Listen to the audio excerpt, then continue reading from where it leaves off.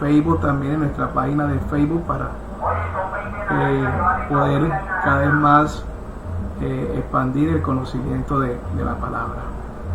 Bien, le damos la gloria al Padre Celestial para que nos ayude, nos siga guiando de acuerdo a su voluntad.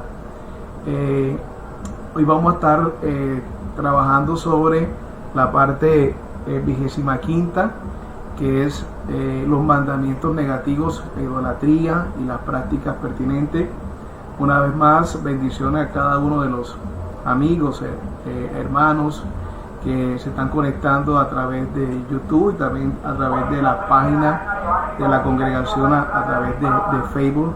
Bendiciones de parte de la congregación a cada uno de ustedes. Nos gozamos de que podamos estar conectados a través de este estudio.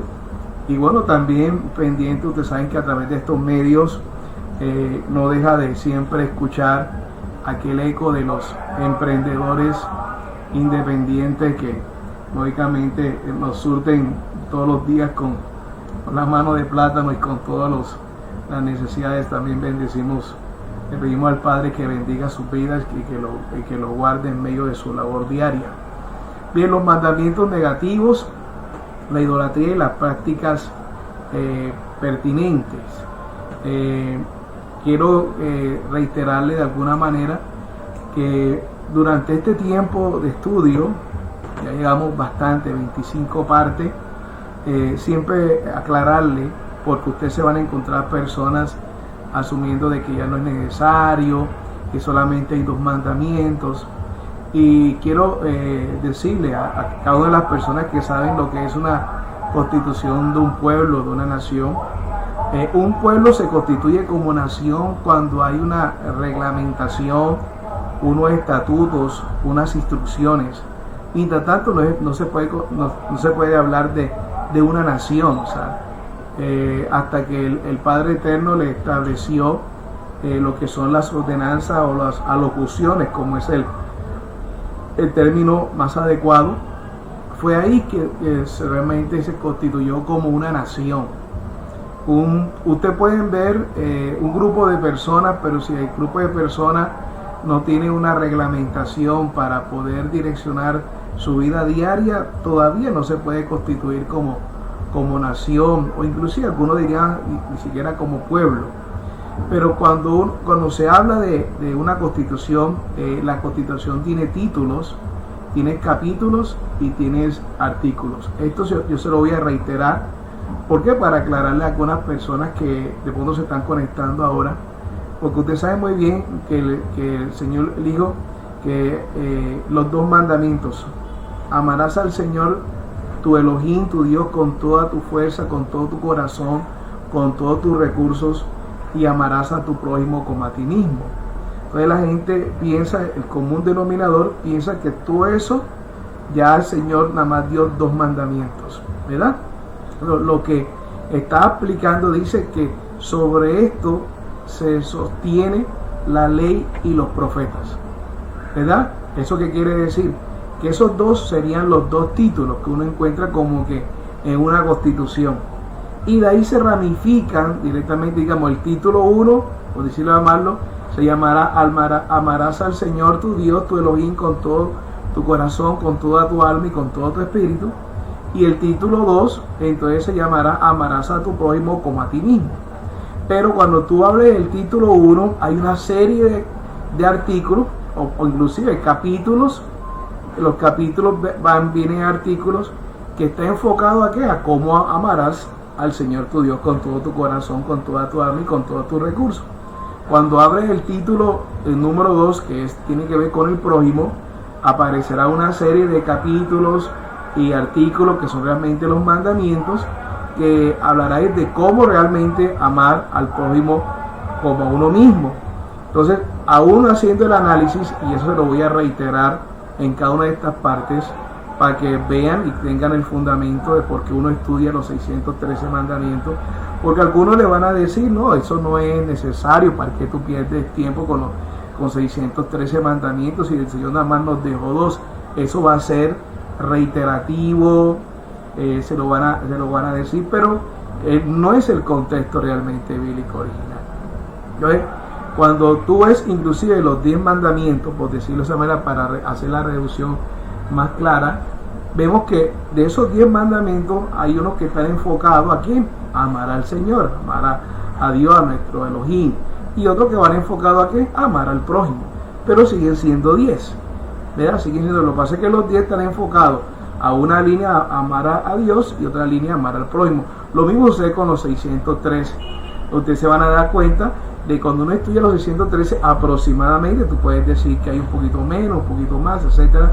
Cuando uno estudia los 613 se darán cuenta todos los mandamientos que se manifiestan de cómo yo puedo saber, cómo yo sé amar a Dios, y para manifestar el amor mío a Elohim tengo que tener unas orientaciones, y eso son precisamente las ordenanzas y los mandamientos.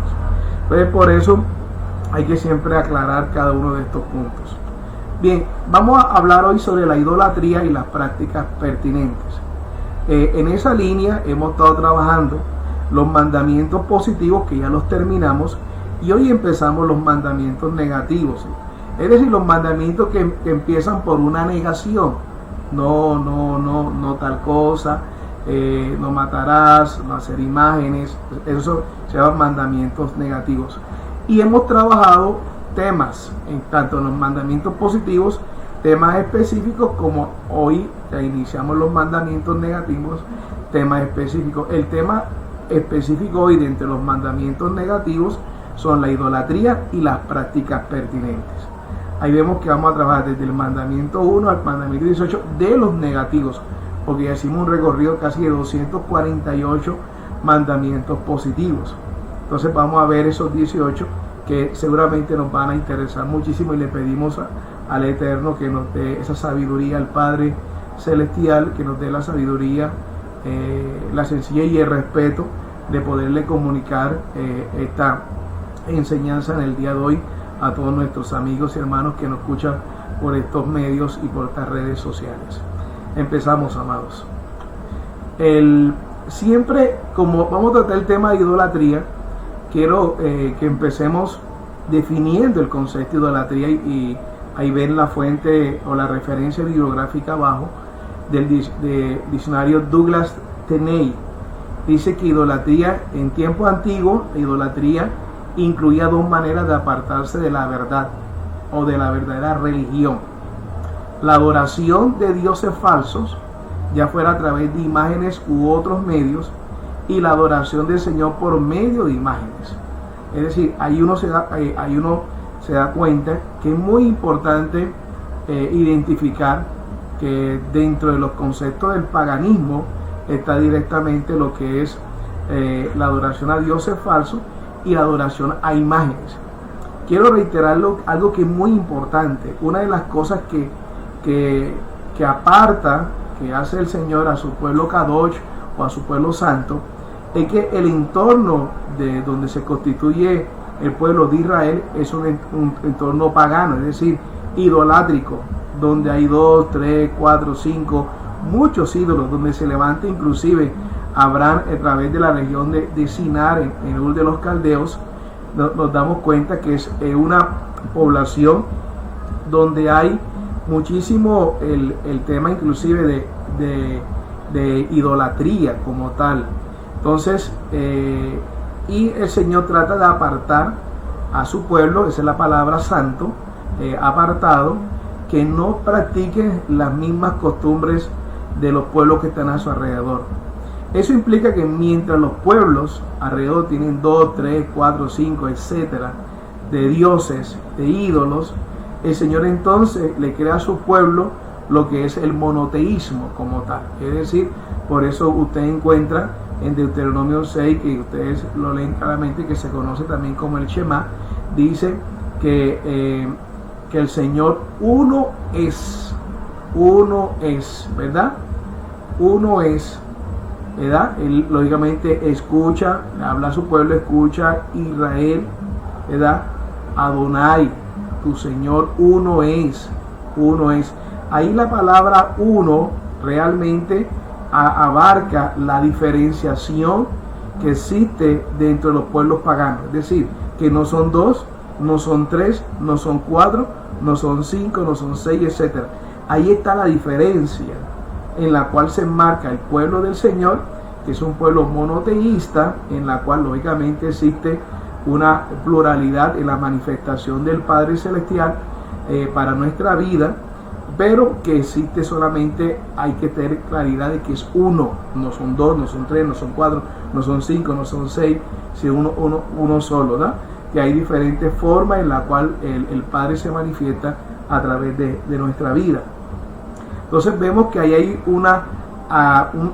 apunta directamente a quebrantar cualquier concepto idolátrico en la misma expresión de que aparecemos nosotros en lo que es el Shema y lo que nos habla Él, especificando que Él es uno solo. Dice, y la adoración del Señor por medio de imágenes. Todas las naciones vecinas del antiguo Israel eran idólatras. Los antiguos semitas de la Mesopotamia adoraban las montañas, los manantiales, los árboles y montones de piedra. Un ejemplo típico de tales representaciones en madera es el palo sagrado o el árbol ritual de acera. Esto es muy importante, vamos a trabajarlo muchísimo hoy, así que esté muy atento a esta enseñanza y no se pierda en ningún momento, para que pueda de manera lógicamente empática escuchar con mucho amor y también sopesar lo que se está diciendo, para que usted también indaguen, investiguen de una manera correcta la forma en la cual uno puede enseñar y soportar. Dice, como el del ídolo del clan Gedeón, que más tarde él destruyera. La religión de los egipcios se centraba mayormente en la veneración del sol y del río Nilo como fuente de la vida. Es muy importante que lo que es la veneración del sol aparece desde los egipcios como tal y sigue trascendiendo inclusive hasta Roma, y sigue trascendiendo aún después en medio del concilio de 325 de Nicea, y todavía sigue trascendiendo porque había un día en la cual se adoraba realmente el sol, o esa veneración al sol pasó a ser la veneración al emperador como tal, que también se decía muchas veces el día del Señor, pero estaba ligado al Señor emperador como tal, o al sol Invictus, que también se adoraba en ese entonces. También tenía un vasto número de animales sagrados: el toro, la vaca, el gato, el mandril, el cocodrilo.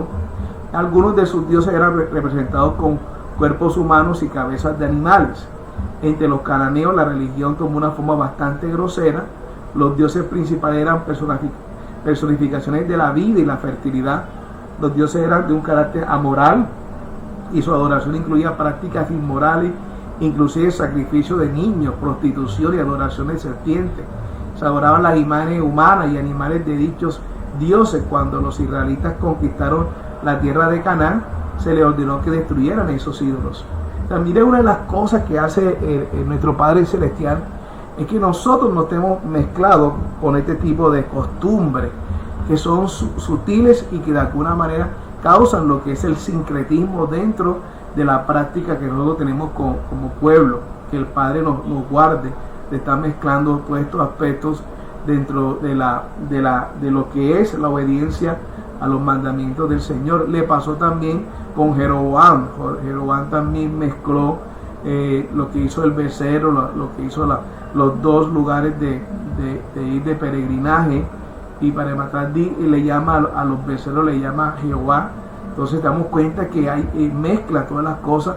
Le pasó al mismo Salomón cuando baja Moisés del monte Sinaí, encuentra también que están adorando un becerro, y que el becerro le tiene un nombre también que para él era muy familiar.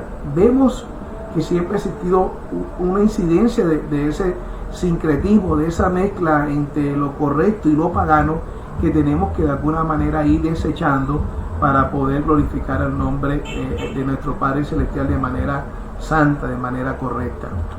Entonces empezamos con el primer mandamiento negativo. De los negativos ya terminamos 248 que eran los positivos, y él dice no creer en ningún Dios aparte del único y verdadero Dios. Dice el único, ¿verdad? Entonces vemos ahí no hacerse imágenes. Eso 20 entre al 4 dice en la Biblia textual, estamos haciendo la Biblia textual, desde la tercera edición, dice: no tendrás otros dioses delante de mí, no te harás estatua ni imagen semejante de lo que esté arriba en los cielos, ni abajo en la tierra, ni en las aguas debajo de la tierra. Ya, si ustedes se dan cuenta, es un mandato que está estipulado ahí directamente, porque la ley del Señor es eterna como tal. Cielo y tierra pasará, mas mi palabra no pasará. Y vemos nosotros que aquí se está hablando de una estatua, se está hablando de una imagen semejante a lo que está arriba en el cielo, y lógicamente el enfoque es no hacer la estatua de pronto representativa o una imagen de una representación de un pasaje bíblico, por ejemplo, sino con intenciones idolátricas. Esto es importante aclararlo. ¿Por qué? Porque de pronto en un salón de niños, por ejemplo, se puede recrear una representación de algún pasaje bíblico, pero hay que aclarar que es una representación del pasaje bíblico como tal. No se está haciendo con un efecto idolátrico. Aquí cuando manda el Señor es contundente en el contexto en la cual se hacían las representaciones, se hacían las estatuas, se hacían las imágenes. Era con una forma de arrodillarse, de pedirle algún tipo de milagro o una veneración que iba acompañado de pronto de prenderle vela. Es decir, aquí tenemos que ser claros, ¿no es cierto? Es cuando se hace una imagen o se tiene una imagen con motivo, lógicamente, de clamar, de orar a esa imagen, de pedirles milagros como tal. Es más, lo más impactante es que ni siquiera que sea una imagen de una estatua que de pronto sea alusiva a Jesús, a Yeshua. ¿Se dan cuenta? Ni siquiera está permitido eso. Es decir, una cosa es la representación, otra cosa es que tú tengas una foto de pronto de un familiar tuyo en un cuadro como recuerdo de lo que significó esa persona. Hasta ahí no hay ningún inconveniente. El problema radica es cuando tú tomas ese cuadro, le colocas vela y comienzas a pedirle a la memoria de ese familiar un milagro, comienza a venerarle. Vieron que ahí está el detalle, porque hay representaciones que pueden ser representaciones teatrales, representaciones de pronto de un mural, de un pasaje, de pronto de una imagen bíblica, sino cuando se utilizan esas imágenes, esas estatuas con mecanismos lógicamente de adoración, de idolatría. Por eso muchas personas, por eso se evita que aún se haga de pronto en algún local donde funciona una congregación, porque muchos no van a tener sentido, sino que van a estar en una actitud casi idolátrica. Normalmente en lo que eran las quejilá, la sinagoga, no existía ningún tipo de imágenes, porque había un mandato de parte del Señor de no hacer ese tipo de imágenes. Esas imágenes eran representativas de la mitología griega, romana, donde dentro de esos mismos templos existían imágenes de Zeus, imágenes de Júpiter, imágenes de Mercurio, de toda esta serie de dioses mitológicos que en el trasfondo lastimosamente vinieron a reemplazar la figura de los nombres de personajes bíblicos que le sirvieron al Señor. Y eso se dio muchas veces, inclusive acá en América, cuando viene después el descubrimiento de América, cuando se viene a evangelizar lógicamente los indígenas, que también tenían un buen desarrollo, que podemos decir que no hubo un descubrimiento sino una colonización realmente muchas veces abrupta de lo que se dio aquí en América. Lo que hicieron ellos es colocar a las mismas imágenes que ellos tenían de sus dioses los nombres y figuras representativas de personajes bíblicos que les sirvieron al Padre Celestial. Por eso ustedes encuentran y pueden buscar inclusive en algunos libros que van a encontrar que en la representación que utilizan de algunas vírgenes, y lo digo con mucho respeto y con mucho amor, en algunas de pronto santos que encontramos nosotros, encontramos que van a encontrar figuras alusivas de lo que normalmente muchos indígenas utilizaban. Lo van a encontrar inclusive desde México con los aztecas, desde el Perú. Si ustedes estudian cada uno de las imágenes o de pronto de las estatuas representativas que la gente utiliza para los santos o para las vírgenes, van a encontrar algunas características que son más alusivas a quién, a las costumbres que utilizaban los indígenas que habitaban en este entonces el territorio de América, que para ese momento no se llamaba América. Entonces vemos ese detalle que es muy importante aclararlo, que realmente cuando se mezcló el tema de las personas que venían creyendo en el Mesías con la parte romana, lo que sucedió es que se mezcló las imágenes que ya existían en los templos romanos, en las adoraciones griegas, con los nombres de servidores del Señor, como María, como Pablo, como Juan, como Pedro. Entonces las figuras fueron tomando otro nombre. En vez de colocar Zeus, colocaron de pronto Pablo, y así sucesivamente. O sea, hubo una mezcla, un sincretismo que se dio normalmente a partir del siglo IV y que lastimosamente afectó mucho el tema de la cristiandad. Entonces esto lo decimos con mucho amor y cariño, pero pueden investigar, pueden consultarlo, todo lo que les estoy diciendo para poder solventar o argumentar lo que están escuchando. Jeremías 25:6 dice: no vayáis tras otros dioses para servirle y postraros ante ellos. No me provoquéis a ira con la obra de vuestras manos, y no os haré ningún mal. Esto, como el tema no abarca sino los mandamientos, usted puede inclusive hacer una investigación interesante en lo que estamos comentando, para que vean lo sorprendente y maravilloso que uno va aprendiendo en medio de la investigación, de la consulta bibliográfica, de lo que estamos narrando, cómo esa evangelización que venía con buenas intenciones terminó mezclándose con las costumbres muchas veces de los pueblos que estaban en ese momento ahí, y con el pueblo dominante de esa época también, en el caso de Roma, en el caso de Grecia, de las costumbres griegas, y acá lógicamente en el caso de muchos de los pueblos indígenas en ese momento.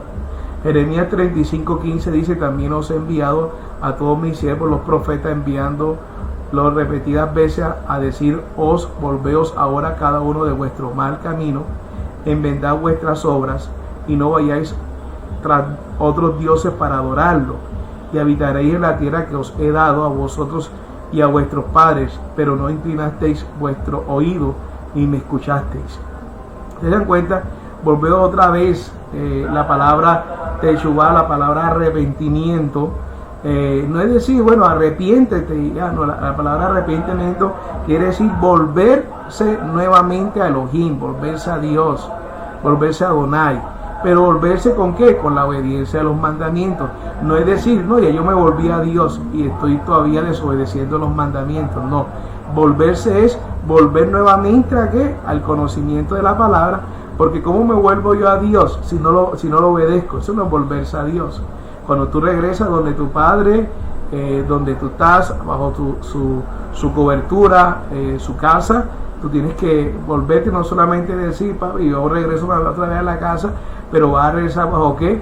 Bajo las condiciones de ¿qué? De la norma que establece tu papá, porque estás viviendo bajo el techo de tu padre. Cuando tú vuelves otra vez a Dios, que es la palabra arrepentimiento, que es la palabra Teshuvah, quiere decir me someto otra vez, te pido que me ayude a obedecer tus instrucciones o tus mandamientos. No volverse y para seguir siendo desobediente. Eso no tiene ningún sentido dentro de la palabra misma de lo que es volverse a Dios, lo que es arrepentirse, lo que es Teshuvah. Dice Oseas 13:4, mira, dice: mas yo he sido Señor, tú Elohim, tu Dios, desde la tierra de Egipto.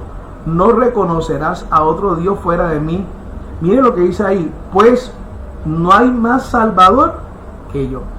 Se dieron cuenta ese detalle, lo que estamos nosotros estudiando en este momento a las 5 de la tarde, los días sábados, que ya está entrando lógicamente en claridad ese concepto que aprendimos sobre el Bereshit como tal. No hay más Salvador que yo. O sea, el mismo Padre viene a salvarnos a nosotros. ¿En qué? En la manifestación de ¿quién? De Jesús, de Yeshua como tal. Él es el Reshit, Él es el Omer, Rechit como tal. Entonces vemos ahí que cuando él regresa a la plenitud completamente de lo que es la palabra Elohim como tal. Dice que él mismo viene por nosotros. Él mismo viene por nosotros. Es el amor grande del Padre para nuestra vida, que la manifestación visible de él, que es Jesús, que es Yeshua, muere por nosotros en ese madero para la gloria y honra de su nombre. Nuestra salvación es por gracia, esa gracia inmerecida, lógicamente, por su piedad, por su compasión, por su bondad para con nosotros a través de la obra expiatoria de Jesús, de Yeshua en ese madero. Ese es el fundamento clave, pero también sabemos que la palabra dice que los hacedores de la ley serán justificados. Yo no puedo decir que estoy bajo la gracia y no obedezco, porque quien tiene realmente la gracia anhela obedecer al Padre, a quien que lo salvó. Entonces vemos el equilibrio entre lo que es directamente la gracia y las instrucciones del Señor. No van separados, nunca las separen. Si las separan, realmente se va a constituir en una mala doctrina. La gracia es la elección del Señor soberana sobre tu vida para ser salvo, lógicamente, y cuando tú recibes esa gracia, el anhelo tuyo por amor es obedecer al Padre completamente. No lo separes, no lo separes por ningún mérito. Si buscas solamente la ley y pretendiendo con tu esfuerzo alcanzar la salvación, también está mal. Pero si buscas la gracia y te desvincula de la obediencia, también está mala. Pero cuando tú asumes que la gracia y la ley de Dios, las instrucciones y la obediencia es un solo paquete, gloria al Eterno, gloria a nuestro Padre Celestial. No hacerse imágenes para que otros adoren, ¿verdad? No hacerse imágenes para que otros adoren. Mira ese detalle. De pronto tú vienes y que dices, no, yo no adoro imágenes, pero te dedicas a hacer imágenes para que te las compres para que otros adoren. Entonces tú estás participando de la idolatría. No, la verdad es que tú que estás haciendo ahí, no, estás haciendo al otro tipo. De pronto tú eres experto en algún tipo de escultura, de yeso. Mira tal vez, porque también tienes que ayudar a los demás a seguir creciendo en su fe y en su obediencia. No vas a quitar la labor de tu mano porque es el talento que tú tienes, pero mira cómo la puedes perfilar en otra línea para que tú no estés participando también en cierta medida de esto como tal. Entonces Levítico 19:4 dice: no volváis a los ídolos, no os juráis, no os haréis dioses de fundición, yo Adonai vuestro Dios. ¿Okay? O sea, no hacer imágenes para adorarla. Eso es lo que se constituye en un Dios. Es un Dios, como dice en D minúscula. No hacer imágenes para ningún fin. Éxodo 20 del 18 al 20 dice: y todo el pueblo contemplaba los truenos y los relámpagos y el sonido del shofar y el monte que humeaba, y viéndolo el pueblo se estremecieron y se mantuvieron lejos y dijeron a Moisés: habla tú con nosotros y escucharemos, pero que no hable Elohim con nosotros, no sea que muramos. Y dijo Moisés al pueblo: no temáis, pues para probaros ha venido Elohim a fin de que el temor a él esté ante vosotros, de modo que no pequéis. Y el pueblo se mantuvo en pie a lo lejos mientras Moisés se acercaba a la densa nube, allí donde estaba Elohim. Y Adonai dijo a Moisés: así dirás a los hijos de Israel. Recuerden que la palabra hijo de Israel, recuerden que ya habían salido, y los que habían salido no todos eran nativos de Israel, o por lo menos descendientes de primera o segunda línea. Recuerden que también de ese pueblo que salió de Egipto salieron muchos extranjeros, pero los extranjeros que asumieron a Adonai como Dios y asumieron la ley de Adonai, entonces se constituyeron como herederos de Israel, coherederos. Por eso dice Pablo: los gentiles son coherederos. Ahí es, y la misma ley será para el natural como para el extranjero. Entonces ahí se dan cuenta que cuando nosotros aceptamos a Jesús, a Yeshua como Señor y Salvador, Él nos injerta en un pueblo. Y al injertarnos en un pueblo es como si nos nacionalizara. Y aquel que es nacionalizado se sujeta a las leyes del país que lo cobijó, entonces la misma ley será para el natural como para el extranjero, o sea, para el que nació propiamente en el territorio como para aquellos que han sido injertados. Y eso, ¿cómo se le llama? Benei Israel, hijos de Israel. Entonces te das cuenta que esa palabra hijos de Israel es también para ti. Ya no es ajeno a ti porque te la habían enseñado. No, que eso no es para mí, eso es para los hijos de Israel. ¿Te dieron cuenta? Entonces Jesús, ¿en dónde te injertó a ti? Te injertó en su pueblo, y el pueblo es el pueblo de Israel. Y al ser injertado en el pueblo de Israel, la misma ley será para el que nació como para aquel que ha sido injertado en ese mismo pueblo. Si soy de Cristo, dice, descendencia de Abraham eres, directamente. Entonces no hay por dónde, amados, no hay por dónde uno zafarse. Lo único que es buscar la disposición de nuestro corazón, el escuchar empáticamente y evaluar las cosas y sopesarlas con mucho amor, con mucho respeto y con mucha humildad. Vosotros mismos habéis visto que os he hablado desde los cielos, y no haréis a mí dioses de plata, ni os fabriquéis dioses de oro. Vemos nosotros de alguna manera todo lo que el Padre Eterno nos está diciendo. Con ningún fin, para ningún fin hagas imagen, ni para venderla para tu beneficio, ni para otorgarle ningún tipo de poder ni autoridad a eso, porque dice la Escritura, ni para hacer bien ni para hacer mal. No inclinarse ante ninguna imagen, no servir a ninguna imagen. Éxodo 20, el 4 se dice, no te harás estatua ni imagen semejante de lo que esté arriba en los cielos. Es decir, ni siquiera te puedes hacer una imagen, de pronto una estatua, por decir algo, de Jesús y arrodillarte ante ella, porque el Señor mismo lo dice. Dice, ni abajo en la tierra, ni las aguas debajo de la tierra. No te postrarás ante ellos, ni los servirás, porque yo soy Adonai, tu Elohim, tu Dios, Dios celoso, que visita la iniquidad de padres sobre los hijos hasta la tercera y cuarta generación de los que lo aborrecen. Pero hace misericordia, ahí sería lógicamente piedad, lo que es compasión, pero tiene piedad a millares de los que lo aman y guardan, ¿quién? Sus mandamientos. ¿Sobre quién está la compasión o la bondad del Señor? Sobre los que lo aman y guardan sus mandamientos. Por eso enseñamos esto, porque la manera en que podemos decir amamos al Señor, Él mismo nos dice, si me amáis, guardar mis mandamientos. Pero sin embargo, hoy en día, lógicamente, la gente se resiste, la gente se resiste, siempre dice, ¿quién puede guardar los mandamientos? Eso no es para mí.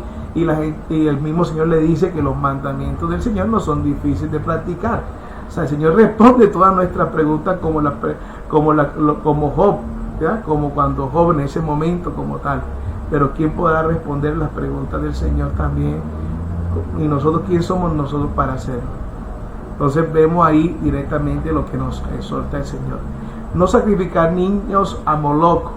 Entonces mira lo que dice Levítico 18:21. Tampoco darás de tu simiente para hacerlo pasar a Moloc, tu descendencia, tu generación. No profanarás el nombre de tu Elohim, de tu Dios, yo Adonai. Es muy importante. De pronto tú dices, no, pero en este tiempo nadie sacrifica niños. Pero ¿cómo puedes tú mirar ese mandamiento o la violación de ese mandamiento cuando los niños lógicamente los ofrecen de pronto a algún ídolo? O sea, el niño físicamente, digamos, la gente no dice, no se ha quemado ni mucho menos, pero a cuántos niños, inclusive personas que hoy en día ya conocen la verdad, fueron de alguna manera colocados o fueron puestos a la orden o al servicio de un ídolo como tal. Inclusive muchos de los nombres que de pronto se ha tenido, el primero o el segundo nombre, es producto de que los padres, por falta de conocimiento en ese momento, de pronto no por malo, lo hicieron y lo presentaron ante alguna imagen, ante algún ídolo, como tal, pagando alguna manda, pagando algún favor. Pero sin embargo, a pesar de que tú en este momento que me estás escuchando tengas un nombre alusivo a un ídolo, el Señor ha cambiado directamente toda la perspectiva para tu vida. O sea, en ti está la bendición del Padre, en ti está esa promesa de salvación para ti. Ya no es ya es simplemente un nombre más, un segundo nombre, un primer nombre. Al principio ese nombre representaba la atadura que tenía con respecto a tu familia, con respecto al favor o la manda que tenía que pagar algún ídolo, pero ahora solamente es un nombre más, un nombre que puede combinar con tu primer nombre, porque ya tú, el Señor en su compasión, en su piedad, permitió que a través de su santa presencia tú le conocieras y tu vida ha sido restaurada para la gloria y honra de su nombre. ¿Cuántos dicen amén en estos momentos? Ya tú puedes tener el segundo nombre que anteriormente fue alusivo a algún ídolo. Las cosas viejas pasaron, he aquí todas son hechas nuevas en el nombre poderoso de Cristo, de Mashiach. Bendito es el Señor Padre eterno. Así que ya tu nombre es un segundo nombre, solamente porque el Señor quebrantó toda acta de decreto en contra de tu vida, toda atadura producto de la falta de conocimiento que en ese momento tenían de pronto tus padres. Pero ahora en ti también la promesa serán benditas todas las familias de la tierra. Amén. Bendito es el nombre eterno. Moloch, para que conozcamos algo de Moloch, según el diccionario Alfonso Lockhart, también llamado Milcom, era la deidad principal de los amonitas. Algunos piensan que el nombre viene del hebreo Melech, que significa rey, y que los israelitas utilizaban las vocales de la palabra Boshet, que era vergüenza, para cambiar el significado de Melech. En su culto se sacrificaban niños y no es de pronto hijo tuyo para ofrecerlo por fuego a Moloch. No contamines así el nombre de tu Dios. Isaías 30:33 dice: porque Tofet ya de tiempo está dispuesto y preparado para el rey, profundo y ancho, cuya pira es fuego y mucha leña. El soplo de Jehová como torrente de azufre lo enciende. Se refieren claramente al culto de Moloch o Milcom. Algunos eruditos han puesto en duda si en realidad el culto a Moloch o Milcom incluía sacrificio humano, interpretando la expresión pasar por fuego como una especie de dedicación o consagración del niño. Es decir, algunos teólogos dicen que pronto no, sino que se consagraba. Era lo mismo que le estaba explicando.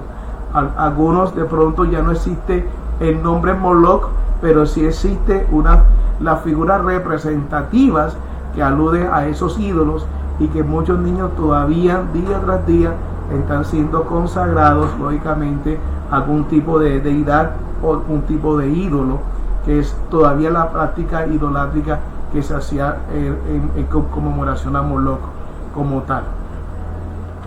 Bien, también es importante algo que tenemos que aprender o recordar, que era la nigromancia, porque también hay mandamientos con respecto a eso. La nigromancia, también conocida como necromancia o necromancia, alude a un tipo de magia que implica una comunicación con las personas ya fallecidas, los medios.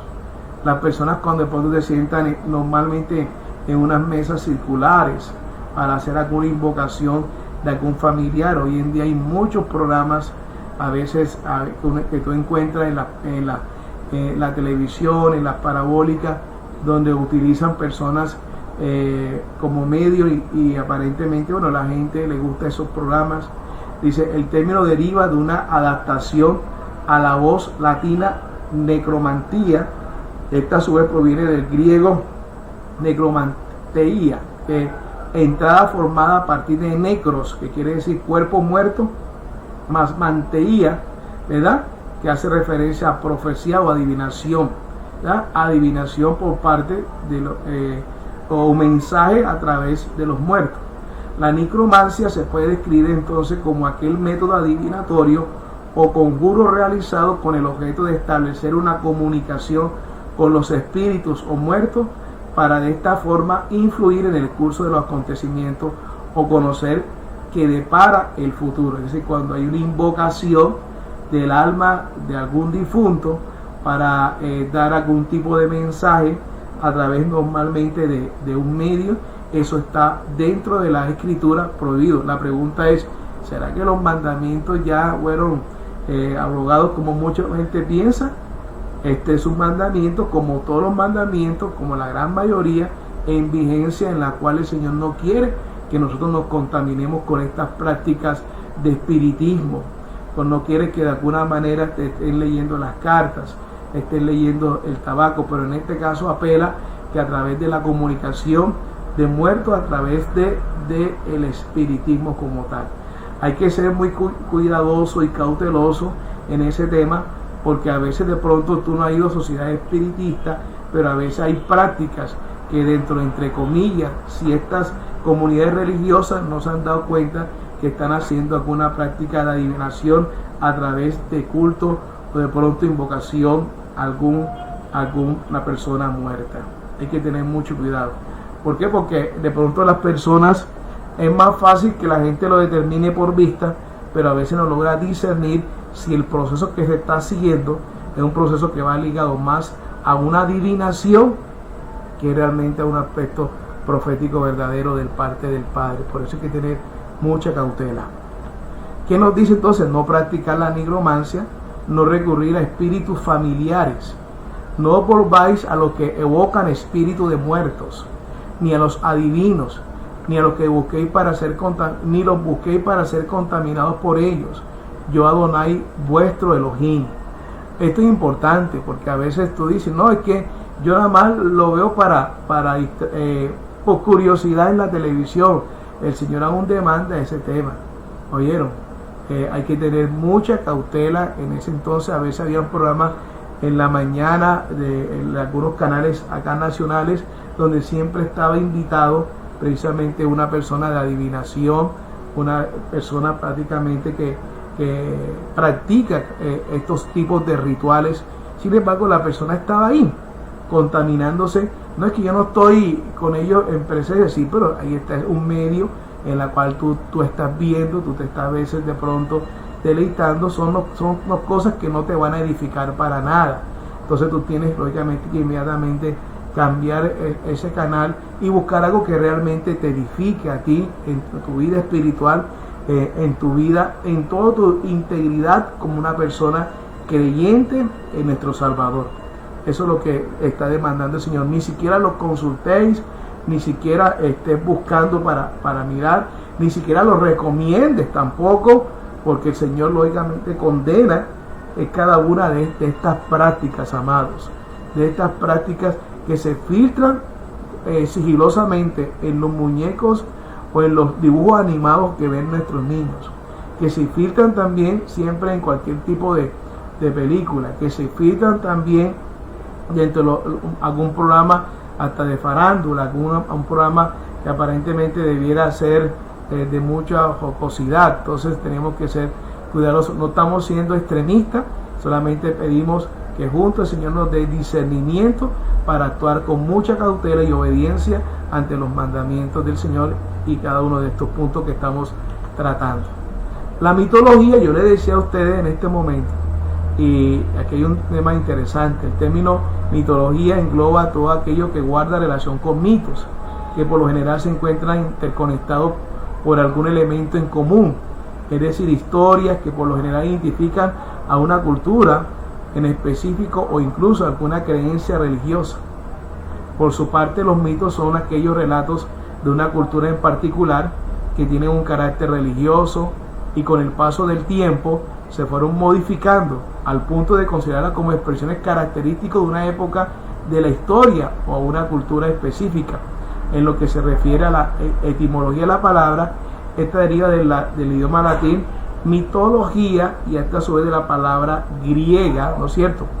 Entonces vemos nosotros que fueron casos impresionantes. Más hay una escena bíblica donde aún a los apóstoles, a Pablo directamente, algunos le decían Júpiter, otros le decían Mercurio. ¿Por qué? Y Pablo rechaza completamente esa aseveración que le hacen a él.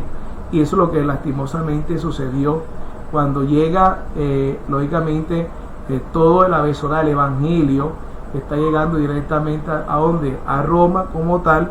De alguna manera no se filtró completamente, sino que se mezcló entre la mitología romana, lo que venía de la parte griega, porque recuerden que los griegos son antes de los romanos como tal. Toda la parte de la helenización viene de la época, inclusive de toda la época de los macabeos, hasta el momento que el imperio romano se establece, pero ya el imperio romano hace un paralelo entre los dioses griegos y los dioses de ellos, y después cuando llega lo que es ya directamente la creencia de nuestro Salvador, todos aquellos que eran creyentes de que Jesús era el Mesías, como tal, todavía no se había constituido ninguna de las denominaciones que hoy en día tenemos. Eso va a partir del siglo IV, en el año 325 en el concilio de Nicea. Lo demás que había, la mayoría eran judíos creyentes en el Mesías como tal. En el 325 ya se establece ya formalmente lo que son las bases de lo que va a ser el día de mañana prácticamente el cristianismo como tal, y la denominación como la Iglesia Universal de Cristo. Ahí se establece en el año 325, pero ahí hacia atrás no hay una formalización de ninguna de las denominaciones que hoy en día nosotros conocemos, sino que había, el mismo Pablo dice, yo soy hebreo de hebreo, bajo la ley fariseo, ¿verdad? Lógicamente creyente en quién, en el Mesías, creyente en Yeshua, en Jesús como tal. Pablo nunca se autodenominó como de ninguna de las denominaciones que hoy en día tenemos nosotros a nuestro alrededor, sino que era una persona creyente, lógicamente obediente a los mandamientos, y también que creía en quién, que Jesús era realmente el Salvador. Ya después las religiones comenzaron, en lo que las más conocidas en ese momento para nosotros, aparecer a partir del año 325, y hoy en día hay aproximadamente como 41.000 denominaciones cristianas a nivel mundial. Lógicamente cada una esforzándose por seguir los fundamentos que estableció Jesús o Cristo directamente desde el principio como tal. Pero el Señor, lógicamente, en ese lapso de tiempo lo que vino fue a darle una verdadera interpretación a lo que ya se había establecido en el momento que el Padre estableció las instrucciones. Recuerden que en ningún momento ninguno de los apóstoles tuvo a la mano ningún Nuevo Testamento, porque el Nuevo Testamento se viene a constituir mucho tiempo después como tal. Cuando ellos están en el siglo I, lo que tienen a la mano, lo que es conocido como el Tanakh, y para el común denominador el Antiguo Testamento. Por ende, ninguno de ellos podía contradecir lo que estaba lógicamente teniendo a la mano como lo que era directamente el Antiguo Testamento, sino que el Nuevo Testamento se recopiló mucho tiempo después. Esto es muy importante, amados, porque mucha gente interpreta el Nuevo Testamento como si el Antiguo no existiera, y resulta que eso no es lógicamente la línea conductora de la interpretación bíblica, y lo decimos con mucho respeto, sin pretender que hemos alcanzado ningún alto nivel superior de interpretación bíblica, pero seguimos esforzando por amor al Padre, como muchos de ustedes, de poder conocer cada día más esa verdad, solamente no conocerla, sino pedirle que nos ayude a obedecerla. No tomar en serio la mitología de la idolatría. Entonces se adoraba a los dioses mitológicos, y de ahí viene ese concepto idolátrico, de arrodillarse, de pedir, que tal cosa, de toda la mezcla que sucedió con Zeus, con Júpiter, con Mercurio. Estoy mencionando tanto dioses romanos como griegos, ¿oyeron? Como Hermes, toda esa mitología como tal que existió. Lastimosamente esa práctica idolátrica de la mitología, tanto griega como romana, terminó mezclándose con todos los servidores, como lo hermoso que sirvió María al Señor, cómo fue escogida, como lo hermoso que sirvió Pablo, Pedro, con los apóstoles, que casi todos prácticamente, exceptuando Juan, murieron lógicamente sacrificados por amor al Padre, y que después cuando se mezcló todo el concepto de la verdadera fe, de la verdadera emuná, con estas prácticas lastimosamente griegas y romanas, se dio realmente una mezcla muy triste de lo que hoy en día existe dentro de las religiones.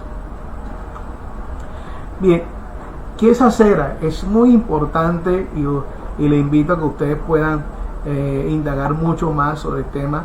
Acera era la diosa de los fenicios y sirios, adoptada por los israelitas cuando cayeron en la idolatría.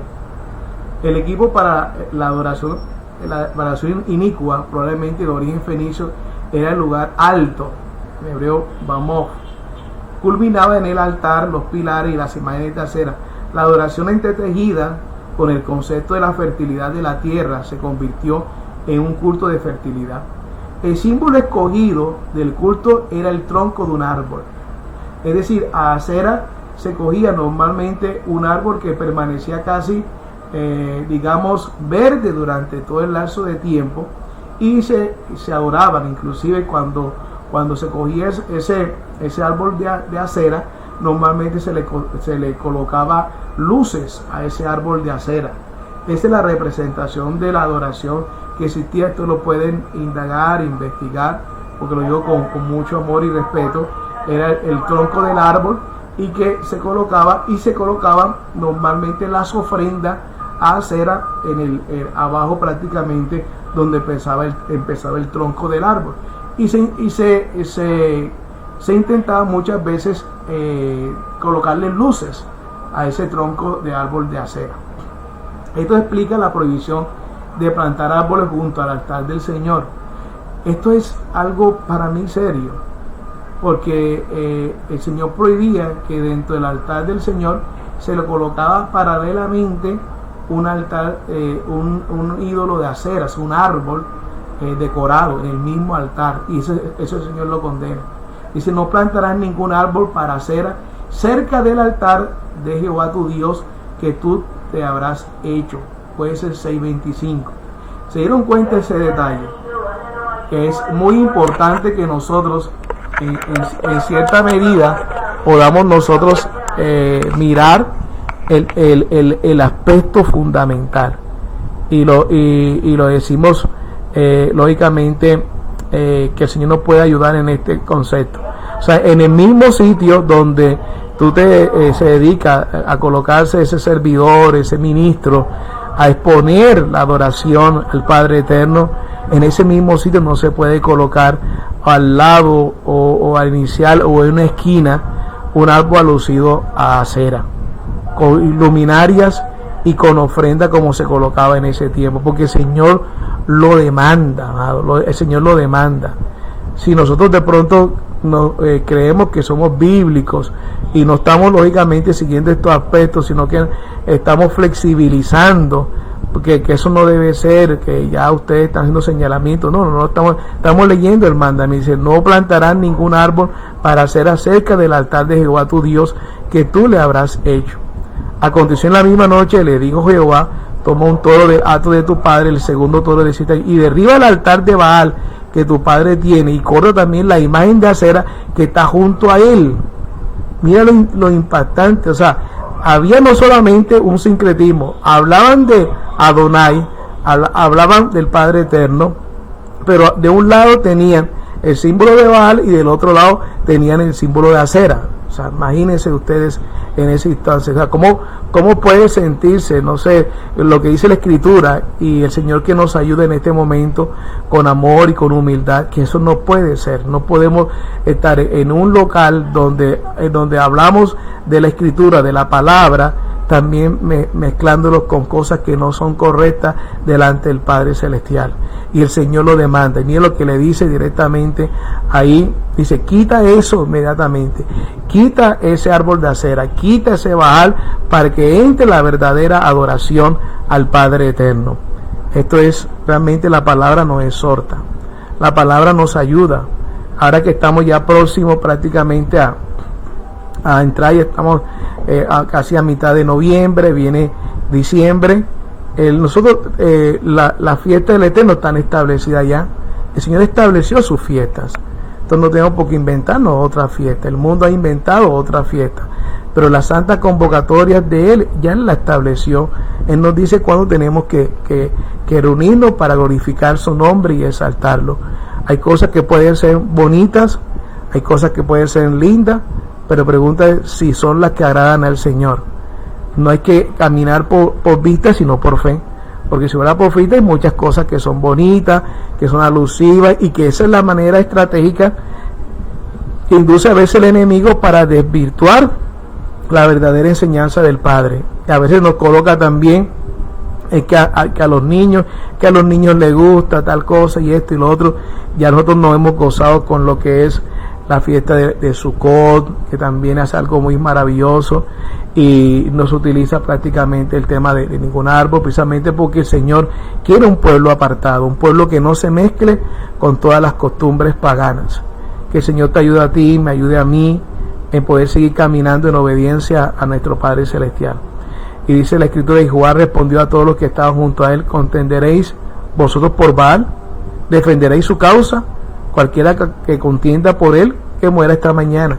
Si es un Dios, contienda por sí mismo con el que derribó su altar. Impresionante ese pasaje, maravilloso. Sigue ahí, dice: la diosa del culto era Acera, que también aparece como señora del mar. Los profetas de Israel condenaron rotundamente la adoración de Acera y felicitaron a aquellos reyes que destruyeron sus lugares santos. Si hoy el Señor también a ti y a mí, de manera con sabiduría, nos demanda que no estemos mezclando esas adoraciones de Acera. Ya está bien, amados. Pídele al Señor que a ti y a mí nos ayude a poder ya quitar y cerrar los ojos. Señor, yo quiero obedecerte a ti. Ayúdame quizás con los niños, con mis hijos, ayúdame a mí mismo para obedecerte y para no estar en esas mezclas que no son correctas delante del Padre Celestial. Te puede ayudar, pero los pensamientos tuyos no son los pensamientos del Señor. Te pueden gustar, te puede decir que eres bonita, pero los pensamientos tuyos no son los pensamientos del Señor. Aquel que ama al Padre procura obedecerle. Procura obedecerle. Hay caminos que al hombre le parecen derechos, pero son caminos de muerte. Mis pensamientos no son tus pensamientos, mis caminos son tus caminos. Entonces ahí el Señor nos aclara que no es lo que a ti te parece que es bonito, sino lo que el Padre ha dicho que es, y lo que está en la Escritura, lo que está en la Torá, lo que está en las instrucciones divinas, en su palabra. Suena a veces duro, pero es así, que el Padre nos ayude, porque todos vamos en un proceso. En algo tenemos que seguir corrigiéndonos como tal. Amén. ¿Cuántos están dispuestos a obedecer al Padre? ¿Cuánto estamos dispuestos a obedecerle a Él y decir: Señor, quita de mí todo aquello que te desagrada? No solamente de mi parte, punto, lucha física, de mis ojos, sino también de mis costumbres que no están ligadas a lo que dice la palabra del Señor. Tú lo estás leyendo, no lo estoy diciendo yo, tú lo estás leyendo, lo que dice la Escritura. Puedes buscar el contexto que tú quieras, también lo puedes hacer, porque ahí estamos pendientes también de ese contexto. Entonces, volvió, dice la Escritura, y levantaron estatuas e imágenes de acera en todo collado alto y debajo de todo árbol frondoso, porque volvió a edificar los lugares altos que Ezequías su padre había derribado, y levantó altares a Baal, e hizo una imagen de acera como había hecho Acab, rey de Israel, y adoró a todo el ejército de los cielos, y rindió culto a aquellas cosas. Imagínate lo que está el tema del horóscopo. Entonces mandó el rey al sumo sacerdote Hilcías, a los sacerdotes de segundo orden y a los guardianes de la puerta, que sacase del templo de Jehová todos los utensilios que habían sido hechos para Baal, para Acera y para todo el ejército de los cielos. O sea, una limpieza completa.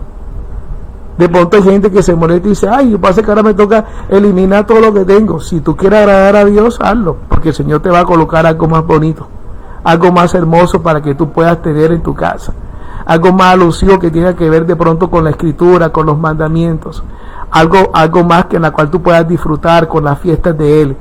Él te va a quitar las fiestas que existen en el mundo, pero te va a colocar las fiestas que son de Él, y te garantizo te vas a gozar enormemente. Tú y tu casa y tu familia te gozarán en el nombre de nuestro amado Adonai. Te gozará. Al principio será duro porque tú sientes que te van a quitar cosas, pero era la misma práctica que venía de generación tras generación. Pero el Señor va a remover todo eso y te va a colocar mucho amor, mucho gozo en todo lo que Él establece. Solamente dispongámonos para que vean que va a ser algo bien maravilloso. Va a ser difícil porque muchos de pronto se van a retirar porque venían con esas costumbres. Entonces van a pensar: ay, entonces ahora todo es malo, todo es malo, todo es pagano, todo es pagano. No, hay muchas cosas que son lo que viene del Eterno, es de gozo, de alegría, de bendición para nosotros. Y eso es lo que Él quiere. Eso es lo que significa un pueblo Kadosh, un pueblo apartado para Él, un pueblo que obedece sus mandamientos, o por lo menos se esfuerza por obedecerlo, porque todavía estamos en ese camino, amado. Nunca vamos a pretender que lo hemos alcanzado todo, ni siquiera Pablo pretendía haberlo alcanzado todo, pero proseguimos a la meta, al supremo llamamiento en Mashiach, en Cristo, para que Él nos siga ayudando de acuerdo a su voluntad. ¿Cuánto dicen amén? ¿Cuánto dicen aleluya? ¿Cuánto dicen, Señor, y aquí estoy dispuesto? Ayúdame a obedecerte a ti, Padre. Yo quiero que tú me ayudes a obedecerte, porque sé que a través de la obediencia está tu bendición, Señor. Y si es necesario desprenderme de cosas que yo creía que eran correctas, ayúdame a hacerlo, Señor, porque eres tú que me puedes ayudar, Padre. Díselo a Él prácticamente, y va a ver cómo a través de su santa y bendita presencia, de su Espíritu, Él comienza a hacer esa obra tan maravillosa. Las cosas viejas pasaron, todas son hechas nuevas. O sea, te elimina todo y ahora todas son hechas nuevas. Lo que pasa es que una vez se aferra a otras cosas, que cuando escucha algo de esto, lo que causa a veces un momento de rebeldía, de rabia, porque a veces va en contra de lo que tú creías. Pero si tú estás viendo el sustento bíblico, pide al Señor, ayúdame, Padre, yo estoy dispuesto a obedecerte. Por eso decía aún José, yo y mi casa serviremos a Adonai. Yo y mi casa serviremos. ¿Qué quiere decir eso? Yo y mi casa, yo quitaré todo aquello que no le agrada al Señor. Yo voy a obedecer tus mandamientos, tus ordenanzas. Ayúdame a obedecerlos, Señor. A obedecer tus fiestas bíblicas, Señor. No está cimentado en la fiesta, por muy bonita que sea, que son del mundo, Señor, que no son para ti, que no te agradan, Padre amado. Bendito es el Señor. Segundo de Reyes 23, cuando dice, entonces mandó el rey al sumo sacerdote Hilcías, a los sacerdotes del segundo orden y a los guardianes de la puerta, que sacasen al del templo de Jehová todos los utensilios que habían sido hechos para Baal, para Acera, para todo el ejército de los cielos, y los quemó fuera de Jerusalén en el campo de Cedrón, e hizo llevar las cenizas de ellos a Bet-El, Bet-El, a esa casa del Eterno. Entonces, que dieron cuenta, dice, guardianes de la puerta. Ese es un tema interesante también, por aquella cuestión que a veces hablamos sobre el canto del gallo, que mucha gente pensaba que realmente, y todavía siguen pensando, que es un gallo animal que está cantando. Ahí vemos la referencia bibliográfica. No construyó un pilar ni siquiera para adorar a Dios. No plantarás para ti acera de ninguna clase de árbol junto al altar de Adonai, tu Dios, que harás para ti, ni te erigirás estatua, cosa que Adonai tu Dios aborrece. El Señor aborrece eso. Lo tienes en tu casa, o lo colocan en las congregaciones o en las iglesias. Eso no puede ser, amados. No construir un estrato en el mismo propósito. No haréis ni de mí dioses de plata, ni os fabriquéis dioses de oro. De mí, no hagas imagen ni siquiera de Dios. Para mí harás un altar de tierra y sacrificarás sobre él tu holocausto y tus ofrendas de paz, tu rebaño y tu ganado, en todo lugar donde yo haga. En este momento es un altar, y todo lo que dice de sacrificio son oraciones, son ofrendas que nosotros hacemos de manera respetuosa, directamente delante en lo que es la congregación. En todo lugar donde yo haga recordar mi nombre, o sea, en todo lugar, en toda congregación donde esté, que se esfuerza por agradar al Señor, obedecer sus mandamientos, y donde está el nombre de Adonai, el nombre del Eterno está ahí entonces ahí se levantará un altar para adorar al Señor, para llevar nuestra ofrenda. Ya sabemos que ya no hay sacrificio de animales, porque ya el sacrificio perfecto lo hizo Jesús, Yeshua, por nosotros. Entonces no estemos ahí, ese lugar no puede estar contaminado de todo lo que hemos estado hablando, amado. Y si me hace altar de piedra, no le construirás con piedra labrada, pues si alzas sobre él tu cincel, es decir, que no comiences a hacer como una imagen, y no subirás y lo profanarás, y no subirás por gradas de mi altar, para que tu desnudez no se descubra sobre él. No plantar árbol en el templo, miren lo que está aquí. No plantar para ti acera de ninguna clase de árbol junto al altar de Adonai, tu Elohim, que harás para ti. Pregúntate si lo que están haciendo es en la congregación donde tú estás solamente ora, y que juntos, realmente junto con tu autoridad, con tu pastor, con tu anciano, lógicamente con los sacerdotes, puedan leer estos escritos y ayudarse para que no mezclen las cosas santas del Señor con las cosas profanas o paganas. No jurar por los ídolos ni instigar a un idólatra a que lo haga. O sea, ni siquiera una persona que es idólatra, que no sabe que adora ídolos, no, lógicamente no es decir, no jura por lo que tú crees, por tal santo que tú crees, no instigarlo de esa manera, no para seguirle aunque tú no lo creas, no instigar a ese idólatra que también lo siga haciendo, no alentar la adoración de ídolos, ni siquiera por no judíos, ni siquiera por alguien que no sea nativo como tal. Guardad en todo lo que os he dicho, no invocaréis ni se oirán en tu boca el nombre de dioses extraños. Por eso el Señor habla de restaurar nuestro vocabulario. Quizá esa restauración a muchos de pronto le incomoda, porque de pronto ahora están diciendo tal cosa, ahora que dicen tal cosa, ahora que se creen judíos, ahora que se creen hebreos. Es que el Señor demanda que nuestros labios sean lógicamente restaurados, sean santos también. Y eso implica que los nombres propios del Eterno poderlos mencionar, y que el Señor nos ayude en ese instante como tal. No alentar al judío a adorar ídolos, no escuchar a nadie que difunda la idolatría, condenar al idólatra según el castigo prescrito en la ley. Fuerte. Si tu hermano, el hijo de tu propia madre, o tu hijo o tu hija, o las mujeres que amas, o tu amigo entrañable, mire lo que dice la Escritura, te llega a incitar en secreto diciendo vamos y sirvamos a otros dioses. Lógicamente hay gente que no te va a decir así. Hay gente que te va a decir vamos de aquí, porque aquí quieren que obedecer todos los mandamientos, y yo no estoy de acuerdo en eso porque yo vivo por gracia. Eso también incitar a otros dioses. No te van a decir literalmente vamos a servir a otros dioses, pero tú sabes que cuando lógicamente te incitan a irte a otro lugar donde ya prácticamente no están obedeciendo las fiestas bíblicas, no están obedeciendo los mandamientos, es llevarte a adorar a otros dioses, amados. Hay unas sutilezas que a veces uno tiene que discernir, que no cogiste ni tú ni tus padres, los de los pueblos que te rodean, cercanos o lejanos de ti, porque es fácil tú discernir cuando alguien te quiere llevar de pronto a un culto donde hay un poco de adoraciones extrañas, con imágenes lógicamente horripilantes. Tú dices, no, yo no voy, pero a veces no logras discernir si te están llevando a adorar a otros dioses, aunque no veas imágenes, sino que están llevándote a una desobediencia, a no obedecer realmente lo que el Señor establece en su palabra. Ni tu ojo tendrá compasión de él, ni tú lo perdonarás, ni lo encubrirás. Imagínate, es decir, tú tienes que decir a aquel hermano o hermana que te está incitando a que tú desobedezcas al Padre, a que te esté incitando a que tú te alejes de lo correcto, de lo ordenado, de la correcta fe, de la emuná como tal. Y algunos actúan de esa manera, en sutileza, directamente, y de manera hay que descubrirlo. Quizás de pronto la persona calla porque es una persona muy cercana y de pronto trata, pero el Señor nos demanda que con mucho cuidado tenemos que andar, y ¿por qué? Para poder estar con personas que realmente nos ayuden a obedecer la Escritura. Yo no sé, amado, si usted piensa que nosotros como congregación estamos cada vez más insinuando obedecer los mandamientos, obedecer la Escritura, y parece irónico, entre más pedimos que obedezcamos, quizás muchas personas pueden señalar más, ¿no es cierto? Porque piensan que estamos desviando ese propósito.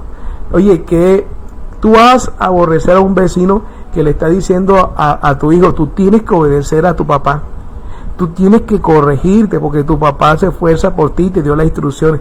¿Tú qué dirías de ese vecino? Ese vecino es una persona íntegra, ¿verdad? ¿Cómo instruye a mi hijo para que me obedezca? ¿Cómo que nosotros que pretendemos y buscamos que la gente obedezca al Padre? Porque lógicamente las personas pueden hacer señalamientos hacia la obediencia, porque el mundo muchas veces tiende a ser desobediente. Entonces procuramos nosotros con nuestros errores, con nuestra falencia, amados, de que obedezcamos al Padre, de lo que ha dicho en su Torah, en su palabra. Él nos ayuda a obedecerla. O sea, pienso que esa debe ser la línea, pero sin embargo es más fácil para mucha gente pensar en una supergracia de que ya no hay responsabilidades de uno, sino que ya todo prácticamente fue yo puedo hacer todo porque ya yo soy salvo y siempre soy salvo. No, tenemos que ser. Sabemos que la salvación está en manos del Señor, y si está en manos de Él, lógicamente en Él no se pierde, pero tenemos una responsabilidad de obedecer, y esa responsabilidad nos ayuda Él mismo a obedecer, porque ni siquiera somos nosotros, porque no podemos añadir un codo a nuestra estatura, sino que Él nos ayuda.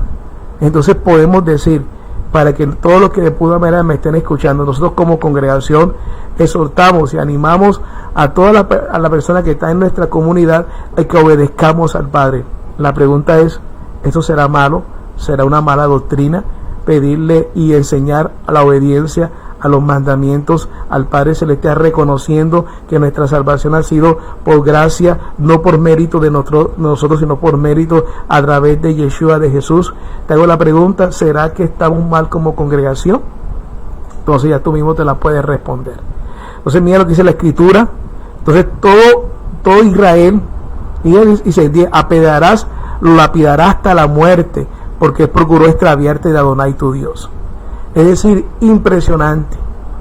Y aquí quizás tú no vas a pedir, pero hay una manera en que uno tiene que saber alejarse de aquellas personas que incitan de que tú no obedezcas al Padre.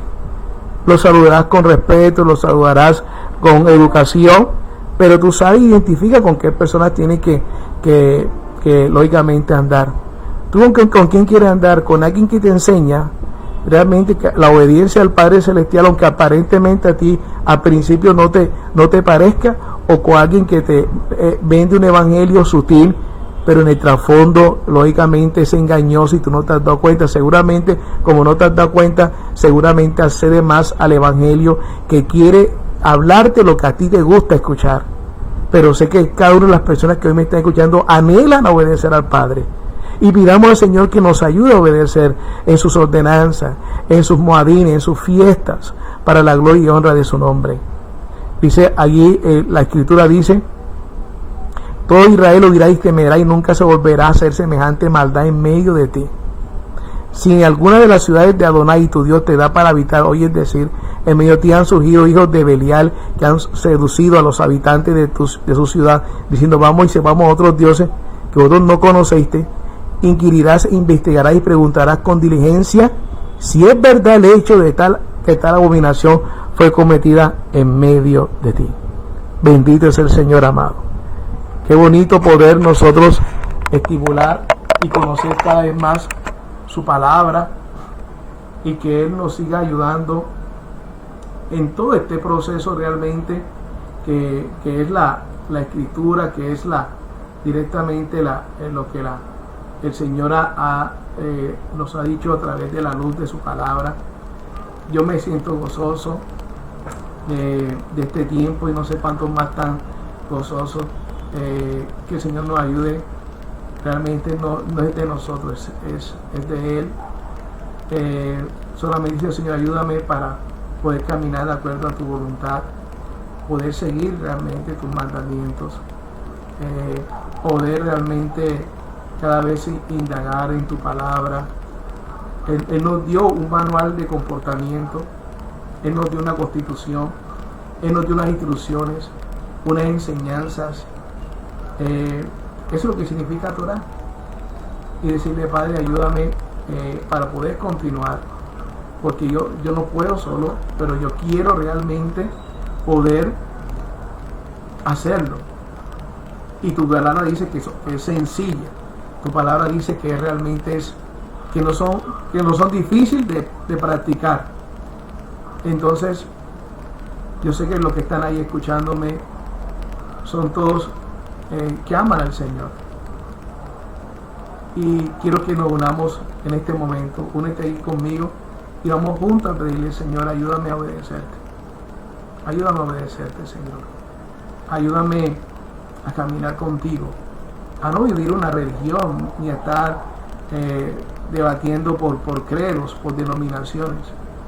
Yo quiero hoy entregar mi vida a ti, Señor, pero no por una repetición de una oración, sino que yo mismo pueda meditar y decir, Señor, yo quiero caminar, volver a dar ese blanco. La palabra pecado significa transgresión de la ley, de cuando yo no obedezco, yo estoy pecando. No es solamente el fornicar, no es solamente adulterar, son muchas cosas. Por eso su compasión, su piedad son tan grandes, porque Él nos ayuda y puso los ojos en ti, puso los ojos en mí.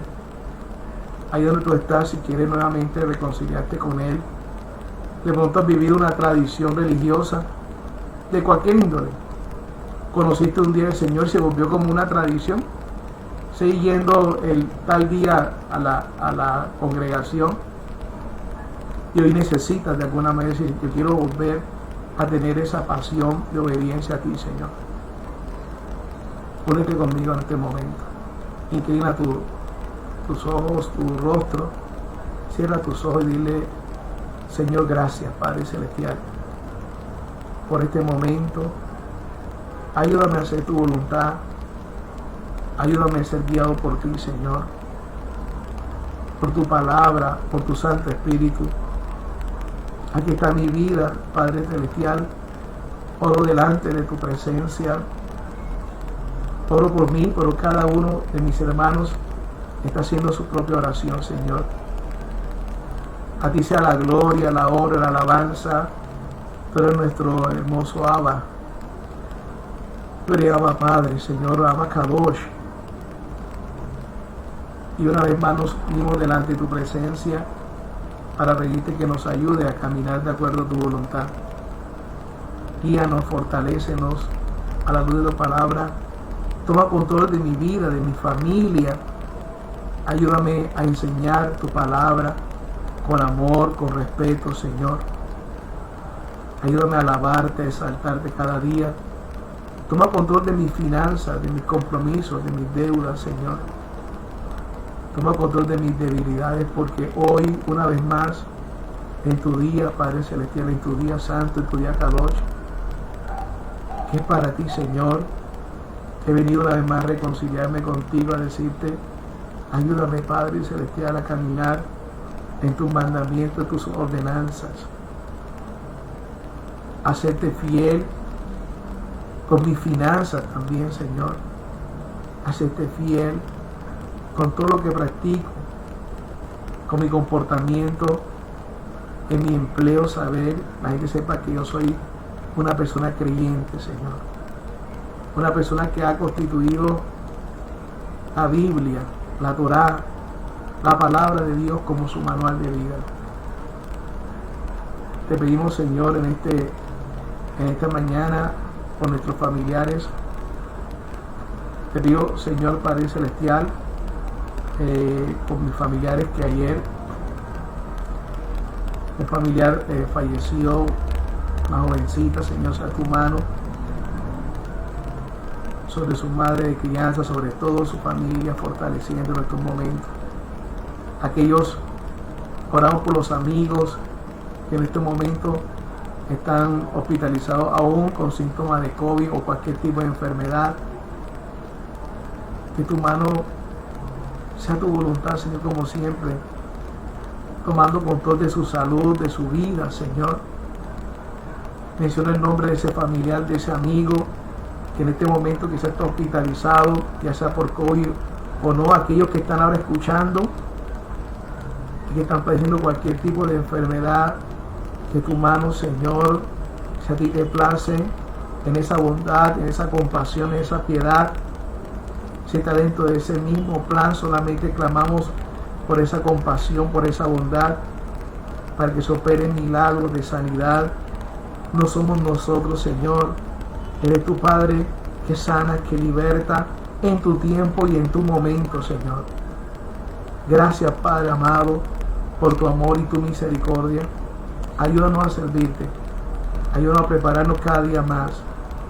Enséñanos aún a derribar los argumentos que tenemos nosotros mismos por las costumbres pasadas y por los adoctrinamientos pasados, pero que sea en el fundamento, como siempre, de tu palabra, Señor, sabiendo que esa columna vertebral está puesta en la obra expiatoria de nuestro Salvador, en ese madero, Padre Celestial. Te damos la gloria y la alabanza en el nombre poderoso de Jesús, de Yeshua. Amén y amén. Amados, bendiciones a todos. Espero que se hayan gozado conmigo en esta enseñanza. A los que siempre están interesados en conocer más, Los sábados a las 5 de la tarde tenemos siempre un estudio vía Zoom, que es el trasfondo del Nuevo Testamento, que lo hacemos vía Zoom. Hemos aprendido mucho sobre la verdadera interpretación de la mujer samaritana. Hemos aprendido inclusive sobre aspectos interesantes sobre todos los, digamos, las personas, los grupos, tanto religiosos como políticos, que se manejaban en esa época, y realmente nos ayuda a seguir creciendo de acuerdo a su voluntad. Así que para ustedes un abrazo grande de parte de mío y de mi familia, de parte de la congregación Sion, Soplo del Espíritu Santo. Un abrazo grande, se les extraña muchísimo a todos los que nos están viendo por Facebook o por YouTube, que se les quiere bastante. Bendición y vida eterna. Shalom Alejem. Nos estamos viendo. Bendiciones.